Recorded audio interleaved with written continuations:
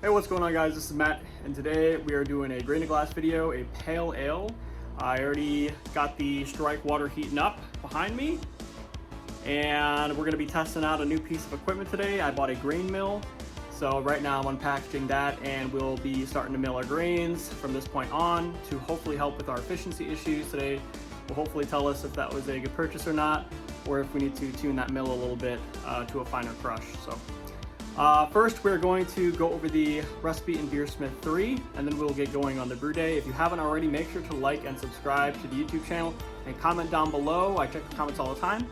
But yeah, we're about to get started here to get into the Beersmith 3 recipe. So here we go.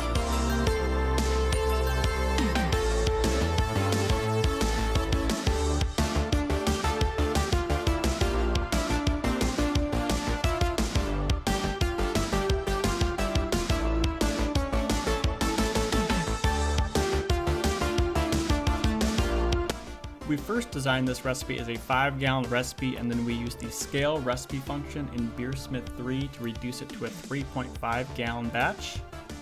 We have a very simple recipe, as I wanted to try to keep this recipe repeatable and simple. We're only using 2-row and caramel 60 for the malt bill.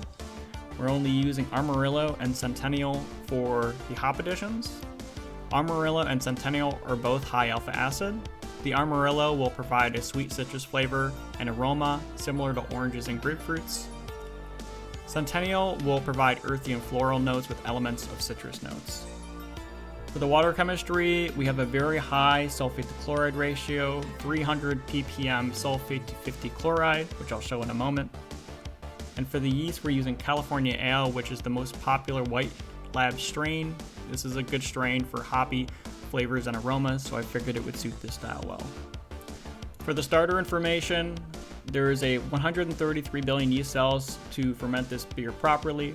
A pack of White Labs produces 100 billion yeast cells. I did not do a starter for this since it's only about 33 billion cells off, so I just pitched the pack. For the water chemistry, as I noted, it's about 300 ppm of sulfate to 50 chloride. Besides that, it's a pretty standard water profile. Now we're going to jump into the brew day. First, we collect 6.7 gallons of strike water and we heat it up to strike temp and prepare for a hop forward water profile. We collect 7.98 grams of calcium sulfate, 5.09 grams of magnesium sulfate, 2.15 grams of calcium chloride, and 1.63 grams of baking soda. We mill our grains to a fine crush. Next, we dough in.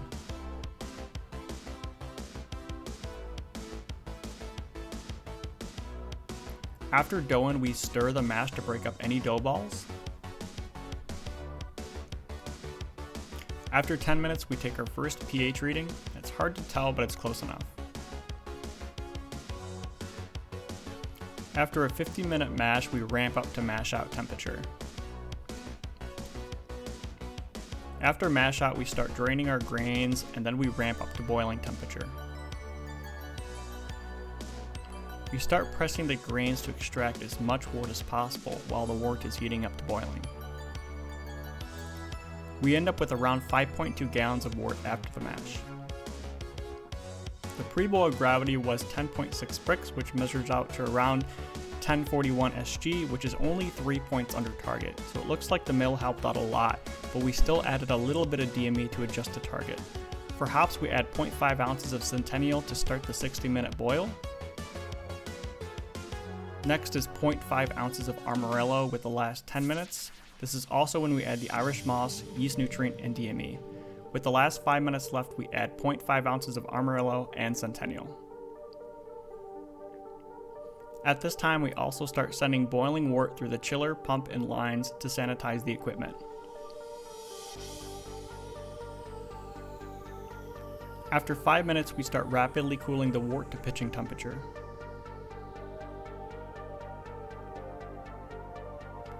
After the wort is around 70 degrees, we start to transfer the wort into the fermenter. We then pitch our California Ale from White Labs. Lastly, we aerate the wort to ensure that there's enough oxygen for a healthy fermentation.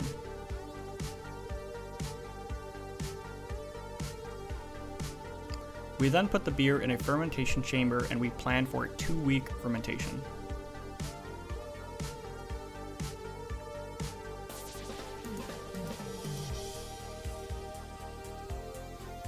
Once fermentation is complete, we fill our kegs up with star sand and push the remaining star sand out with CO2. Once the keg is full of CO2, then we start our low oxygen transfer and push the remaining CO2 out with a gas in valve. We then take a final reading, which is around 1010, which was on target. We end up with an ABV of around 5.3%.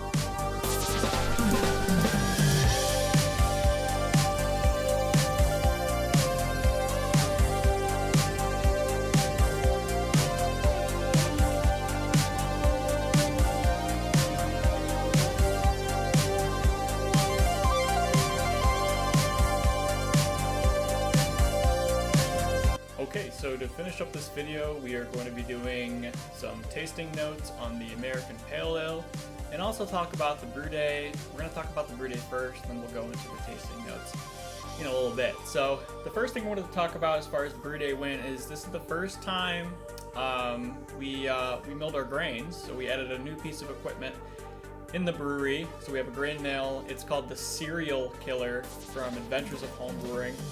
I decided on that one because of just the price point. I didn't think I needed a three roller mill, since I could just run it through twice if I felt like the crush wasn't good enough. But honestly, one pass through it, I think I'm getting a good enough crush. I had to play around with the settings to make sure I wasn't like absolutely pulverizing my grains, but I think I found the right setting for the Cereal Killer. For brew in a bag or brew in a basket like I do, you can go pretty fine on the crush. If you're doing a traditional 3-tier or cooler setup, you don't want it to exparge, so you want to be more careful on how fine you crush it. So in the video, I do crush it pretty fine, so you may or may not have noticed that. Besides that, the idea why buying that was to help with the gravity. If you've been seeing my last well, pretty much all my videos, you've noticed a common theme with me missing gravity. And my last upload, I missed my gravity by a substantial margin. I just thought it was time just to get a grain mill, because I'm just dumping tons of DME in all my batches, which is not going to hurt the batches. It just costs more money to brew the batches.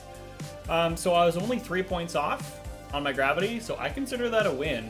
Honestly, maybe that's still not good. I think it's great to be only 3 points off, because it seems like in all my videos I'm off by a lot more than 3 points. I'm gonna still try to fine-tune this to hopefully get, you know, perfect or maybe even above my gravity, but right now I'm fine with that. I did add a dash of DME because I want to be as accurate as I can with the recipe, so I did add a dash of DME to adjust to my target. But besides that, I thought it was pretty great. Besides that, I'm absolutely killing this beer. I love it. The only thing I'd say it's missing, and we'll talk about this more in the tasting notes in then probably the next 30 seconds, but I do think it's missing some crucial aroma notes, and I think that's primarily because I didn't dry hop this, and looking back, I don't really know why I didn't decide to dry hop this. I think this dry hopping in this style is totally appropriate, so I think for the next time I make this, which I will be making this one again, I'm probably going to add the addition of dry hopping in this one in the future. But besides that, we can jump right into the tasting and the aroma, appearance, mouthfeel.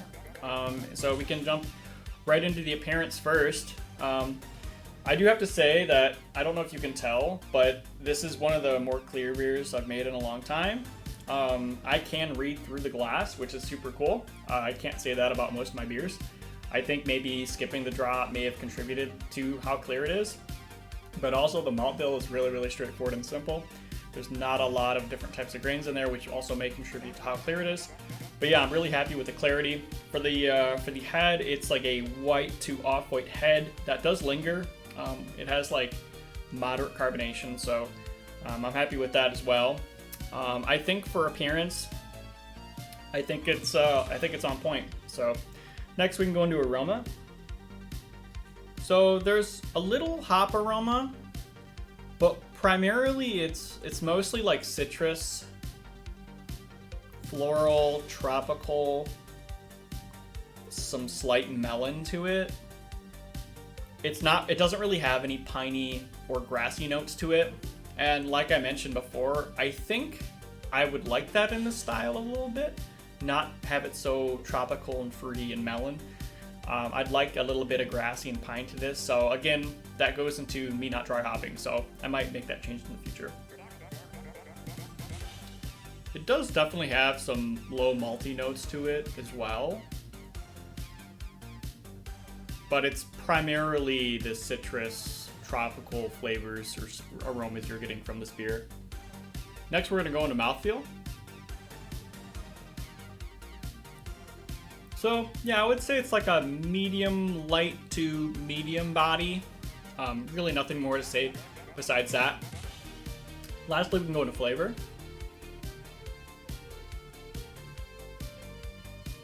So it does have a moderate hop flavor to it. I would say the dominant flavors are citrus and floral notes, like I mentioned in the aroma. You're also picking that up in the flavor as well.